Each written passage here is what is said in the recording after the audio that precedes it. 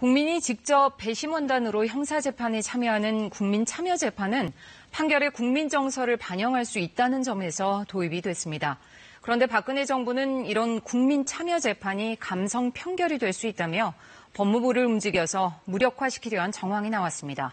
반드시 개선이 필요하다고까지 강조를 했는데 알고 보니 정권에 반대하는 이들이 잇따라 무죄를 선고받은 게 계기였습니다. 보도에 조태흠 기자입니다.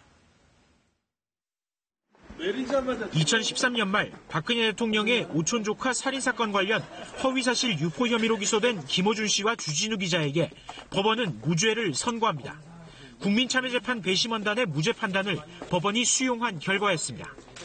박근혜 대통령이 안중근 의사 유묵도난에 관여했다는 글을 SNS에 올린 안도현 시인에 대해서도 국민참여재판 배심원단은 무죄 판결을 내렸습니다.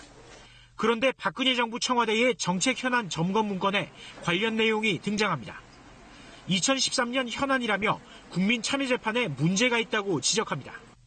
김어준 씨 사건 등을 언급하며 배심원단의 감성 편결 논란이 있다. 정치권이나 불순 세력 등이 악용할 소지가 있다면서 반드시 개선이 필요하다고 강조했습니다. 법무부가 참여재판 신청과 배제의 검사의 권한을 강화하고 선거법 사건은 사실상 제외하는 내용의 개정안을 냈지만 시민단체 등의 반대 속에 동력을 잃어가던 시점이었습니다.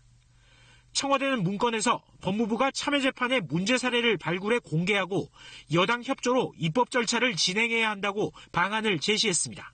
사법의 민주적 정당성을 높이고 신뢰를 확보하기 위해서 도입된 국민참여재판을 실질적으로 무력화시키는 시도 아닌가. 박근혜 정부 청와대가 직접 챙겼던 법무부 개정안은 법원 내부 반대와 참여재판이 위축될 수 있다는 국회 검토 의견 등에 막혀 결국 통과되지는 못했습니다. KBS 뉴스 조태흠입니다.